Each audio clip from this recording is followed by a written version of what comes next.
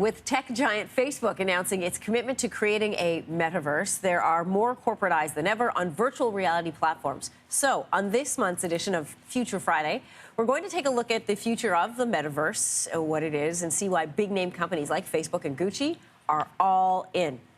Nick Badminton is joining us for more on this. First of all, please explain to everyone, what is the metaverse?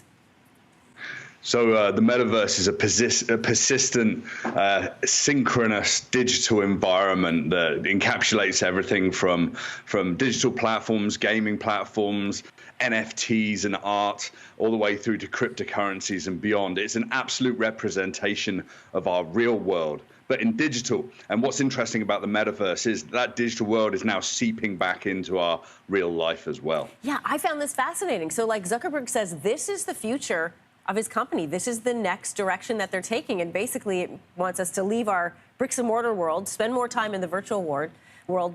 So where is the technology right now? And then where will it be headed?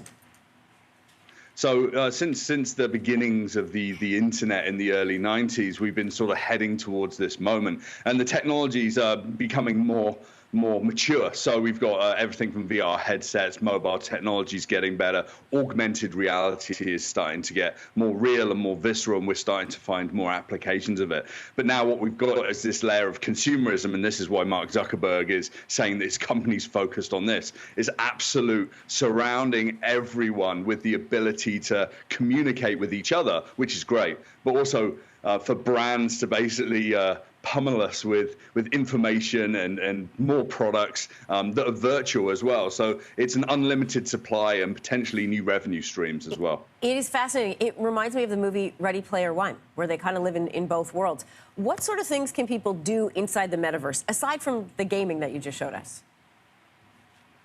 Yeah, so you've got platforms like Roblox, and probably a lot of people watching today, their kids are playing that. You can literally create your own environments, create your own rooms, buy Gucci handbags, buy Nike sneakers, buy Prada.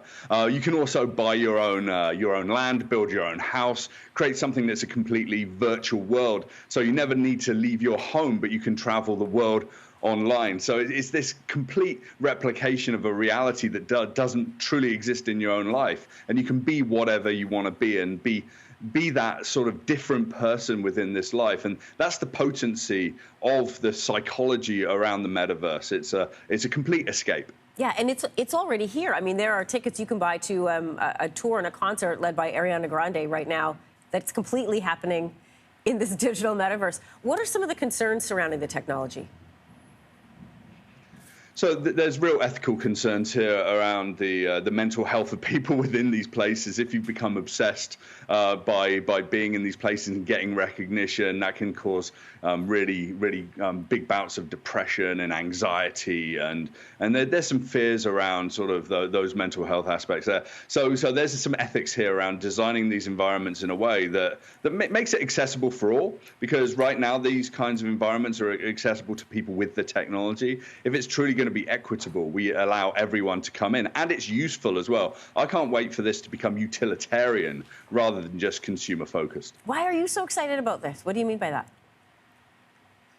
So I'm partly excited and partly skeptical by this future, because mostly the people that want to make this work more than ever are the people that want to make as much money as possible from the people online. And that's everything from like kids through to old people as well. So I'm a little skeptical. I'm excited because this does have a huge opportunity for having some sort of utilitarian application. Imagine if we could have more equitable government. We can have access to mental health services. We can have access to better education. So there's two sides of the coin here. Fascinating. Nick Badminton, you always leave me with like my mind spinning about new possibilities. Have a great weekend. Take care. Bye-bye.